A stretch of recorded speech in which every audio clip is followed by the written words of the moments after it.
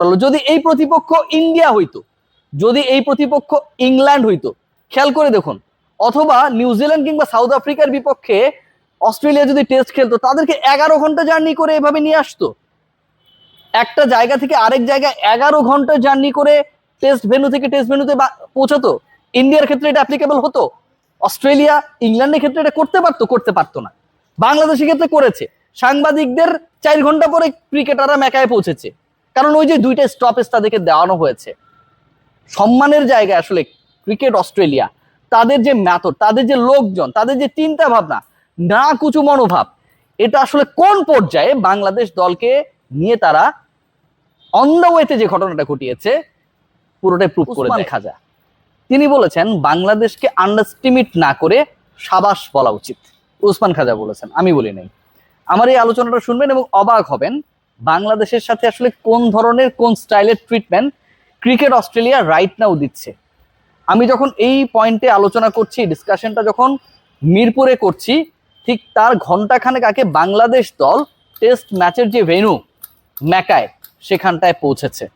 তার আগের যে ঘটনা, সেই ঘটনা যদি আপনাদের ব্যাখ্যা করা হয়, তাহলে ক্রিকেট অস্ট্রেলিয়া বাংলাদেশকে জাস্ট টায়ার্ড করার জন্য, ক্রিকেটারদের পুরো এনার্জি শুষে নেওয়ার জন্য যেই পরিকল্পনা করেছে এবং যেভাবে সেটার বাস্তবায়ন করেছে, জাস্ট অবাক হবেন।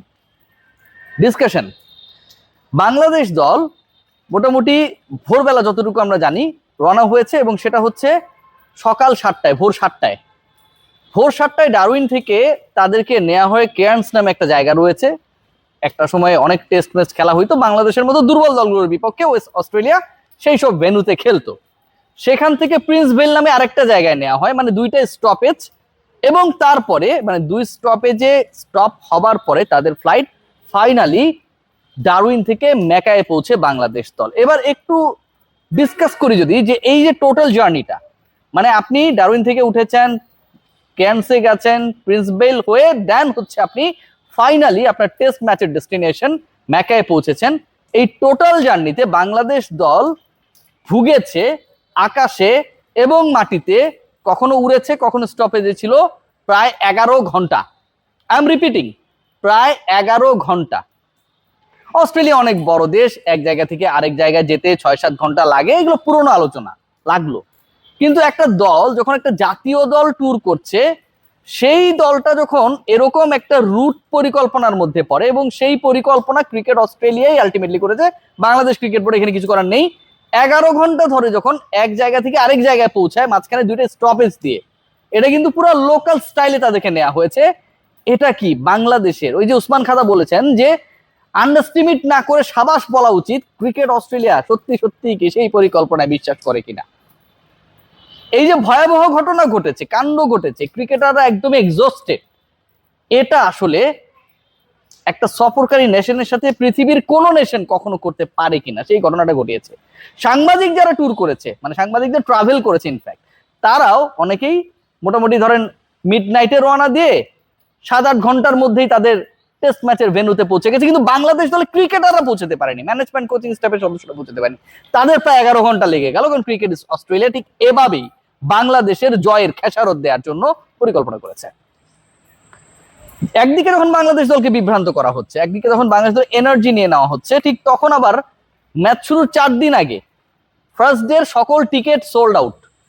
বাংলাদেশ দল কতটা ডমিনেটিং পারফরমেন্স করেছে, যেই দলের বিপক্ষে খেললে ক্রিকেট অস্ট্রেলিয়া লস হয়। মাঠে দর্শক থাকে না, টেলিভিশনে ব্রডকাস্টাররা লাভ করতে পারে না, হেন তেন কত যুক্তি। সেই বাংলাদেশ দলের বিপক্ষে অখ্যাত একটা ক্রিকেট ভেন্যু, যেটা এখন পর্যন্ত কোনো টেস্ট ম্যাচ খেলা হয় নাই, সেই ভেন্যুতে বাংলাদেশ অস্ট্রেলিয়া মুখোমুখি হবে, এবং সেখানকার কোনো টিকিট নেই প্রথম দিন। এসে যে বাংলাদেশ খেলছেন অস্ট্রেলিয়ার বিপক্ষে, বাংলাদেশ খেলছে তাদের সিরিজের সেকেন্ড টেস্টে, যেই টেস্টে বৃষ্টির সম্ভাবনা রয়েছে অন্তত 3 থেকে 4 দিন, সেই টেস্টের ফার্স্ট ডেতে 60% রেইনের পসিবিলিটি রয়েছে। সেই ম্যাচের সকল টিকিট সোল্ড আউট, মানে Bangladesh the way they gain the respect, এবং বাংলাদেশের পারফরমেন্সে যেভাবে বিব্রত হয়েছে অস্ট্রেলিয়ান ক্রিকেট বোর্ড এন্ড তাদের দল, সবকিছুর শোধ তারা নেওয়ার চেষ্টা করেছে বাংলাদেশের ওই জার্নিতে। খেয়াল করে দেখবেন যে অস্ট্রেলিয়া কতটা প্রেসারে রয়েছে, কতটা বিভ্রান্তির মধ্যে রয়েছে। বাংলাদেশের বিপক্ষে তাদের পরিকল্পনা ছিল যেই ক্রিকেটার আউট অফ ফর্ম, ওয়েদারল্ডের কথা আমি বলছি, তাকে হচ্ছে খেলিয়ে দেয় এবং ফর্মে ফেরানো